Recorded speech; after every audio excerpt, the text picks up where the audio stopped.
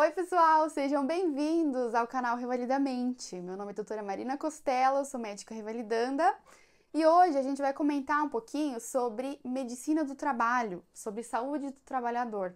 E a gente tem que entender dois conceitos aí, o que é acidente de trabalho e o que é doença ocupacional. Acidente de trabalho, ele pode ser de três tipos, tá? Pode ser típico, grave ou de trajeto. O típico é um acidente de trabalho decorrente ao exercício do trabalho. O de trajeto é no deslocamento, né? Indo, voltando para o trabalho, ou até se a pessoa está fazendo alguma função fora do ambiente de trabalho e tem algum acidente. E o acidente grave é aquele que causa óbito ou causa mutilação ou em menores de 18 anos. É um acidente de trabalho grave. E doença ocupacional, ela vai englobar duas coisas. Então, pense que doença ocupacional tem duas ramificações, uma doença profissional e uma doença do trabalho. A doença profissional é aquela causada pelo trabalho. Se não fosse o trabalho, a pessoa não teria aquela doença. Por exemplo, silicose, por exemplo, asbestose, enfim, a gente vai comentar depois. E as doenças do trabalho são doenças que são agravadas pelo trabalho. Então, a pessoa já tinha alguma condição pré-existente e por conta do trabalho que ela exerce, essa condição piorou. O exemplo clássico é a asma ocupacional. E olha só, sempre que a gente tem um acidente de trabalho ou uma doença ocupacional, a gente tem que fazer duas coisas importantes: notificar e fazer a emissão da CAT, que é a comunicação de acidente de trabalho. Não são iguais, tá? Quando a gente faz uma notificação, a gente está avisando a vigilância epidemiológica, a gente está avisando o SINAM, que a gente vai comentar mais em outros vídeos o que significa isso.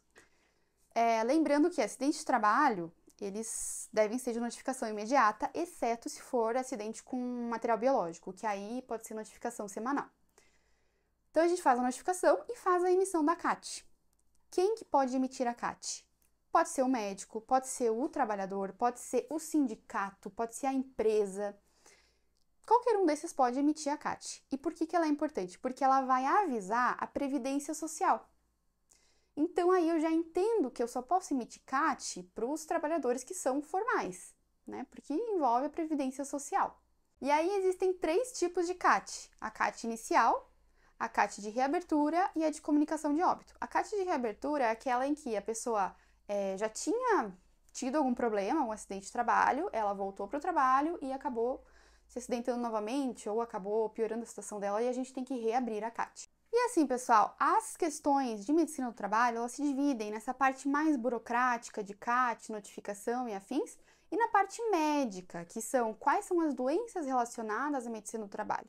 E no resuminho geral, a gente tem basicamente algumas. E a primeira doença que a gente vai falar é a PAIR, perda auditiva induzida por ruído, que é uma surdez neurosensorial que o trabalhador acaba desenvolvendo, e ela é irreversível, ela é progressiva e irreversível. Agora, falando um pouco sobre silicose e asbestose, que geralmente eles podem confundir um pouquinho, mas eles têm, vamos separar eles aqui. Primeiro, silicose. Silicose é uma doença relacionada à exposição à sílica. Sílica vai estar presente em areia, trabalhadores que trabalham com protéticos, cerâmica, mármore. E a silicose, ela causa no pulmão uma fibrose pulmonar.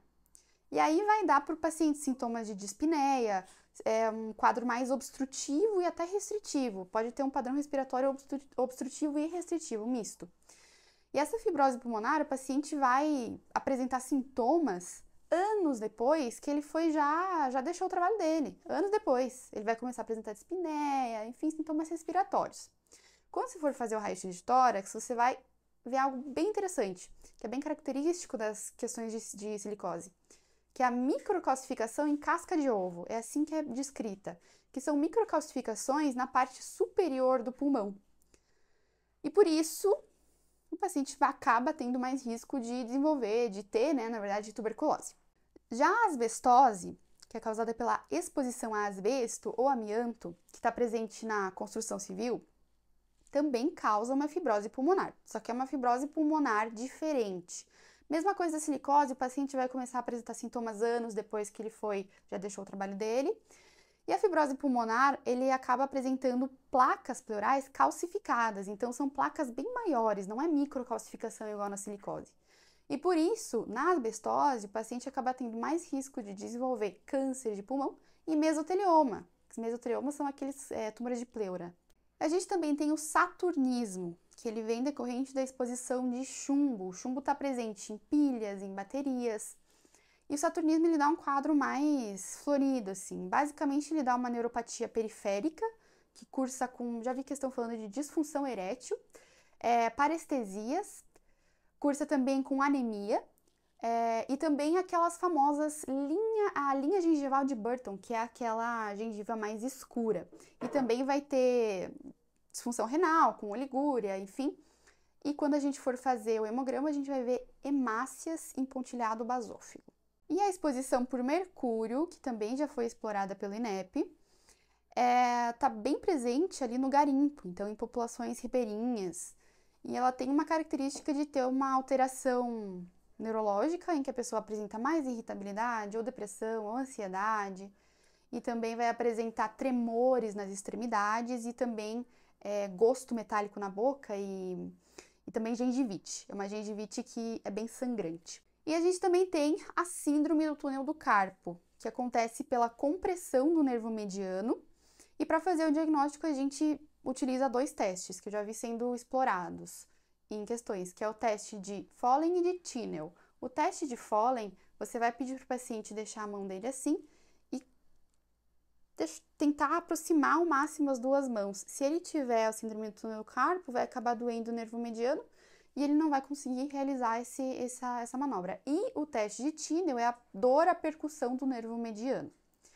Também temos a famosa LER ou DORT, né? Lesão por esforço repetitivo ou doença osteomuscular relacionada ao trabalho, que acontece quando a pessoa realiza muitas vezes o mesmo movimento, né? Digitadores. É isso, pessoal, um resumo das principais doenças que são exploradas na medicina do trabalho e lembrar dessa parte burocrática que também pode aparecer em algumas questões. É isso, pessoal, um beijo!